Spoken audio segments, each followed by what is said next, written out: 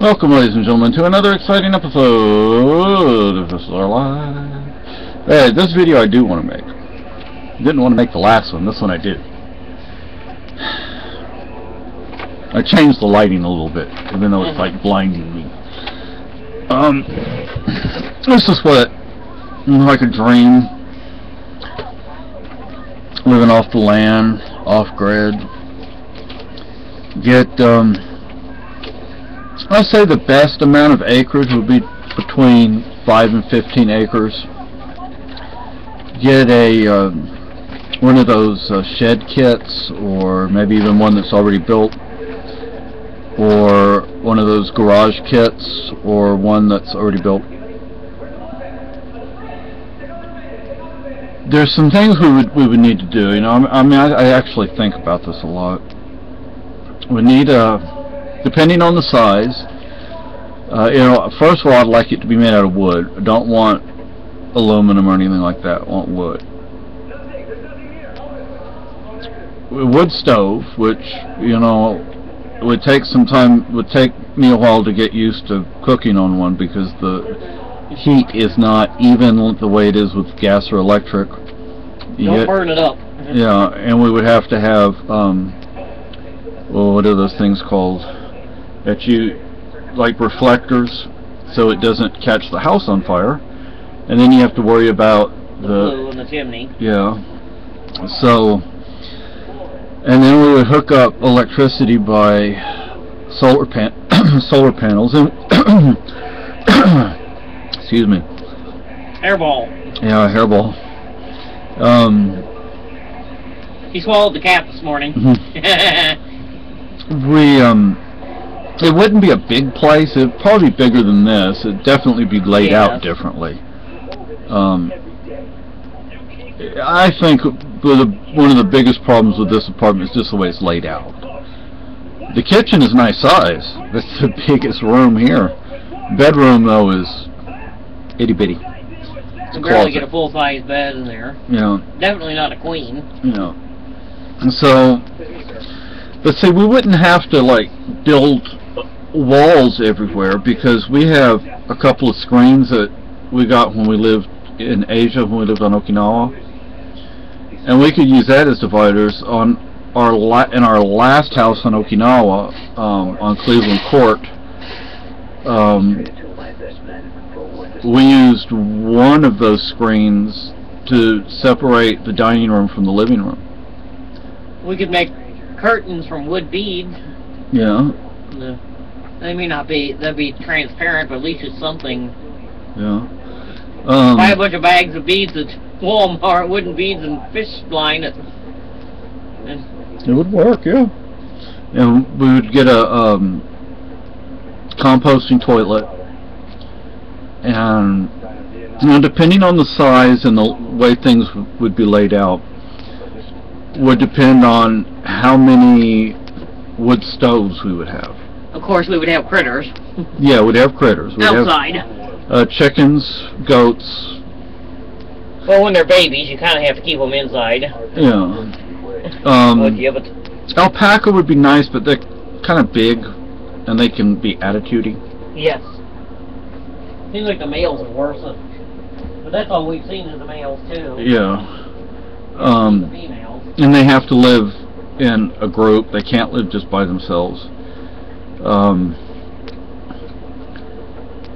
So goats and chickens, the thing is, what kind of goats? Because it would be nice to excuse me, to have a dairy goats. To have dairy goats, but to also have fiber goats, because my wife does fiber crafts. Let's see, when I lived in Texas, I did some ranch work for a while, and many years before, well, not many years, years before that, some years before that, I did farm work, and yes, I consider them quite different. But anyway, the guy I worked for, he had Angora goats, but from what I hear, they're not good for dairy, so I don't know why, but, you know, okay. But see, that would mean having two kinds of goats. As for chickens, I'd say for the both of us, 5 hens and a rooster. Wouldn't we?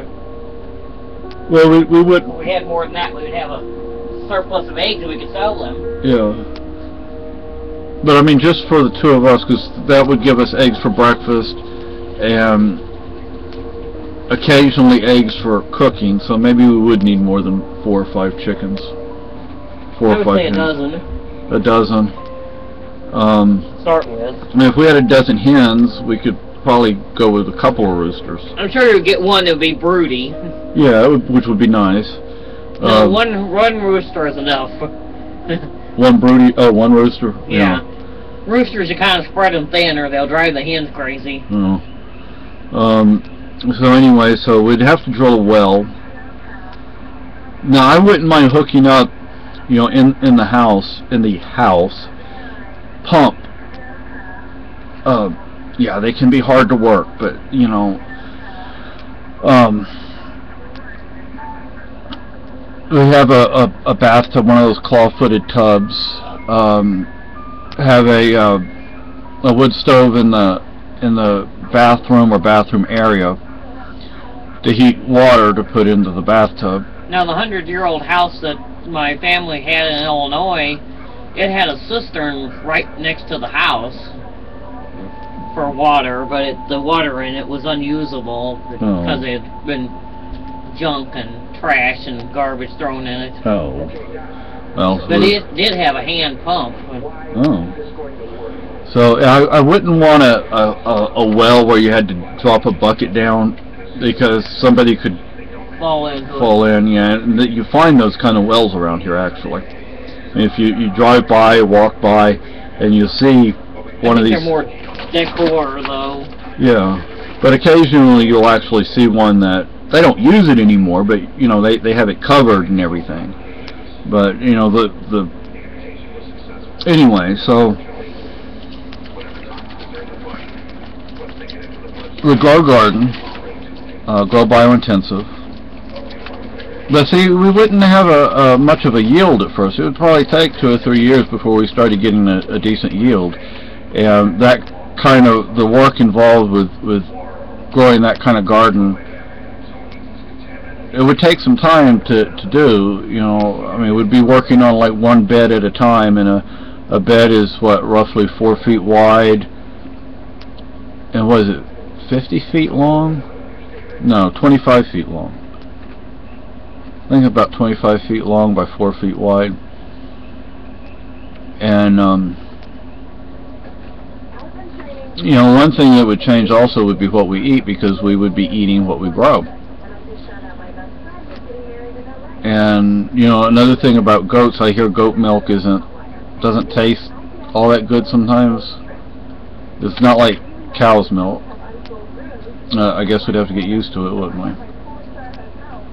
One thing I want to do next month, you know, I've been wanting to do this for a long time and haven't done it, is get a couple of those buckets from the hardware store. You know, they cost $2 or $3, and get enough sand to fill it up with, not fill it up, but a lot of sand, and activated charcoal and some gravel, and make a water filter for us. Hopefully we'll never have to use it, but if in case we ever do, we would have it. I also want to get a tin similar to this, but larger. There's nothing in this one. And I want to wash it, you know, sterilize it basically. Well, not sterilize it necessarily, but wash it in hot soapy water. And then take cheesecloth, thick, and line it with a cheesecloth. Take lard or shortening and just pack it down in there. But I want something larger than this. Maybe twice the size, 3 times the size. No more than, say, 4 times the size of this. And add that to my Mountain Man kit, which we could survive on it. To be honest with you, we could survive on it. It wouldn't be fun, but we could survive on it. And that way we'd have something to cook with. But we don't have a pot. We need a pot or a pan. and that's not in our budget anytime soon. So, let's see, what else would we were living like that? Because we have, I mean, it would be costly. It wouldn't be cheap. We'd have to find the land.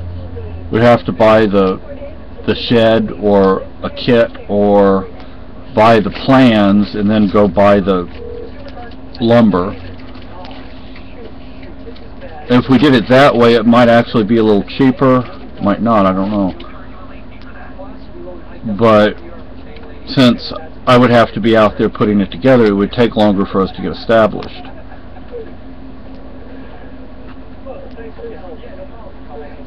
But we don't have the money to do any of that one. We'd be lucky if we could even get some chickens, although I'm sure our landlord wouldn't appreciate that, and our neighbors wouldn't appreciate it either.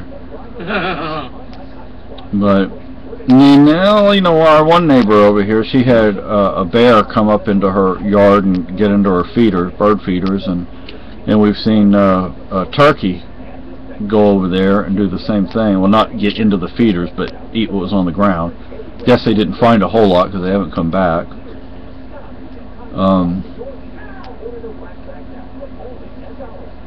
I wouldn't mind living that way. Our biggest problem would be having a rooster. Yeah. He's a little noisy. Yeah. And then can you imagine at 3, 4, 5 a.m. the rooster waking you up? So, but finding the land is not, I mean, New Cary is a very small place, so land is precious. It's not like Texas or Alaska where there's a lot of land. Even Illinois has more land than we do, where my wife is from. And another thing about land is it has to be the right kind of land. It can't just be solid rock. It can't be on the side of a cliff or a mountain. Well, it could be on a mountain, but you'd have to have enough land where you could safely put the house and grow a garden and all that. So, I mean, there are a lot of things to consider. You'd have to be able to drill the well. And some like drilling a well, I don't know if I could do that. We might have to hire somebody to do that, and I don't know how much that would cost. But I mean, I have yeah, I mean, I have tools, but I'm sure I don't have all the right tools. Then there is something called making do. But anyway, so. But digging a well. Digging a well, yeah, that's a lot of work. Yeah. So anyway, y'all have a good day. Bye.